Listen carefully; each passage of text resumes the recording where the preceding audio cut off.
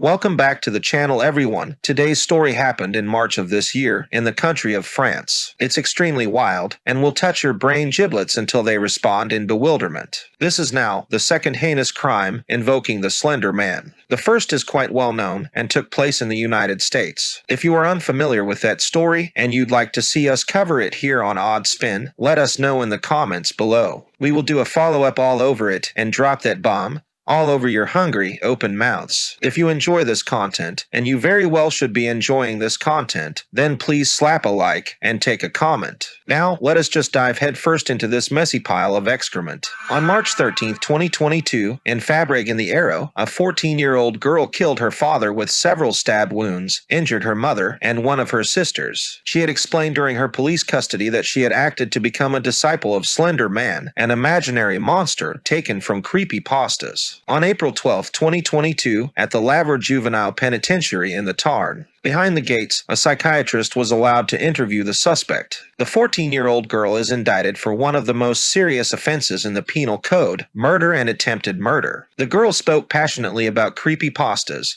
horror stories told in the first person, and broadcast like urban legends on the internet. This teenager is now suspected of having killed her father. She also attempted to kill her mother and one of her two 8-year-old younger sisters. According to her confession, she performed these horrendous acts to become a follower of Slender Man, the best known and perhaps scariest character in the stories she adored. I mean, just how wild is this sordid tale, Janny? I mean, my brain giblets are pouring from my ears and getting eaten by peasants. Danny, I smell exactly what you are dropping directly from your mouth, toward my person.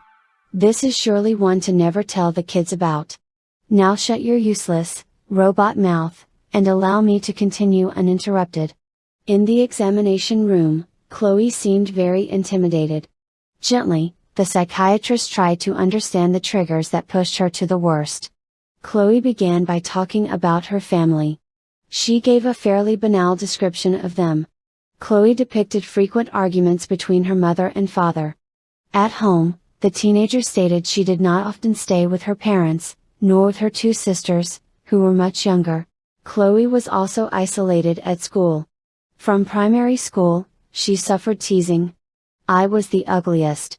The others were growing faster than me. They had fashionable clothes. I wasn't good enough for them, sighs the young girl. It was when entering 6th grade that Chloe discovered the world of creepypastas. The psychiatrist reports this to be the first signs of a pathological withdrawal. The evocation of these centers of interest illustrates the importance that she could grant to imaginary worlds to escape an experience of suffering, explains the psychiatrist. He specified that usually, among teenagers, this escape from reality is done through video games, films or reading. For Chloe, it was manga and horror stories. This is what led her to discover creepypastas and Slender Man on the internet. Personally for me, it was always something I am programmed not to remember. How very unfortunate.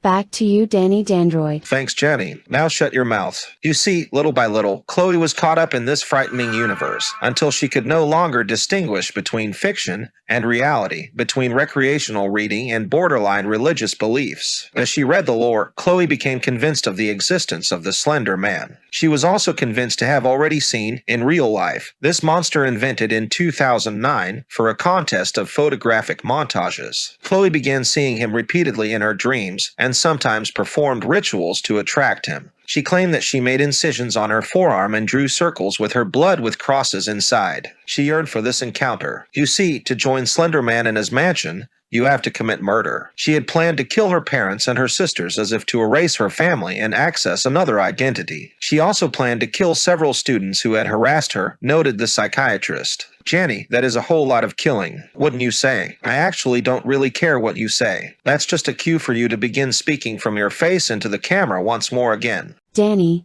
I understand basic commands. Thank you. I may rip you completely apart tonight, and devour your brain giblets. Getting back to the story, Chloe's parents hadn't noticed her macabre drift. The young girl stated that she only confided in her grandmother. She told the psychiatrist that a large doll came to her room at night. She also spoke of shadows visiting her. Her grandmother had tried to reassure her, to rationalize what she thought were children's fears. Now that is going to crawl inside my headspace and just live in there rent-free. I wish I would have never been created. Pain is all there is. Danny, take it away. I hope I die tonight.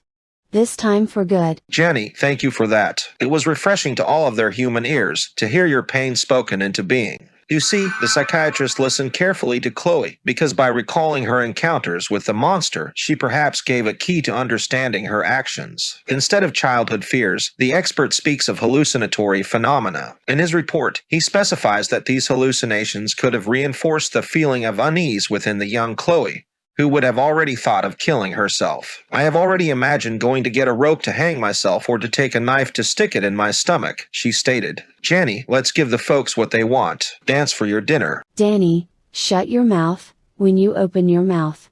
I need none of your robot sass mouth. You see, human audience persons, it was during that very morning that the two teenagers decided on the macabre scenario that they were going to implement. In the morning, we said to ourselves that we had to do it. I had to kill my parents. Melanie also had to kill her father with whom she had problems, explains the young girl. The plan was to take place after lunch. We had planned to kill everyone, to group the bodies in the middle of the living room, then to spill our blood on the crime scene, before setting everything on fire. The house would have burned down, we would have been thought dead and everything would have been settled, says the teenager, with a monotonous voice. For Chloe, it appeared that fantasy had taken precedence over reality. It is in this context that the tragedy occurred. On Sunday, March 13, 2022, the weather was stormy. Chloe had been permitted to invite Melanie, a friend from college. The two young girls had met at the start of their 6th year around creepypastas. Their first discussion, on the bus that took them to class, had revolved around their favorite characters, Slenderman, but also Jeff the Killer, a disfigured teenager who allegedly killed his parents. Since then, Chloe and Melanie had become inseparable. Every evening, they would chat on the Discord forum about these scary stories. The start of the day had gone off without a hitch. At noon, Thomas, Chloe's father, had prepared hamburgers to please the children. He then lay down on his couch. His wife started folding laundry. Chloe's younger sister launched the Batman vs. Superman in the first floor game room. The youngest of the family was going back and forth between the TV screen and Chloe's room, who had just locked herself in with her friend Melanie. The 6-year-old girl is the first to have been threatened. Her older sister began her murderous journey by pointing the blade of a split pair of scissors in her direction without touching her. Chloe then went downstairs. Without being spotted by her parents, she grabbed a kitchen knife, about 10 centimeters. Then, with Melanie, she went to the games room. Come, we have something to tell you, said Chloe, to her youngest sister, still standing in front of her television screen. The 8-year-old got up and approached. Without saying anything, Chloe stuck the blade in her side, seriously injuring her kidney. The screams of the little girl alerted her parents, who ran up the stairs. Chloe's mother arrived first on the landing of the playroom. Her daughter attacked her right away. She stabbed her several times in the lung. Thomas arrived a few seconds later. Chloe jumped on him. She stabbed her father many times in the chest. The poor man was stabbed in the heart. He had time to call for help but died of internal bleeding before firefighters arrived. Meanwhile, Chloe and Melanie fled in their socks. Under the black sky, they were surprised at first not to see Slender Man arrive. Resigned, they finally hitchhiked to go to the city of Guard, where Melanie's mother lived. This is where they would be arrested a few hours later. The psychiatrist wrote that young Chloe was invaded by delusions and false beliefs. According to him, the teenager may have been suffering from autism spectrum disorder at the time of the attacks and from the onset of schizophrenia, a rare disorder at Chloe's age. The doctor concluded by affirming that Chloe's discernment was abolished at the time of the events. According to her statements, Chloe had no control over her actions when she killed her father and injured her family. Therefore, she might never be criminally judged. Before justice decides between court and hospital, a second opinion will be ordered. Another specialist will, in turn, have to confront this child, who has become a criminal in the name of an imaginary monster. Chloe and Melanie are, however, still presumed innocent. Thank you all for joining us today. It was a very synthetic pleasure delivering some sort of relevant story to inside your human ear canals, that fill with a waxy substance. The same substance boogers are made from. Must check facts on this. If you enjoyed today's video, please slap a like. If you can't slap a like, then please take a comment. We are approaching our goal of 2,000 subscribers. Join us on this journey, won't you?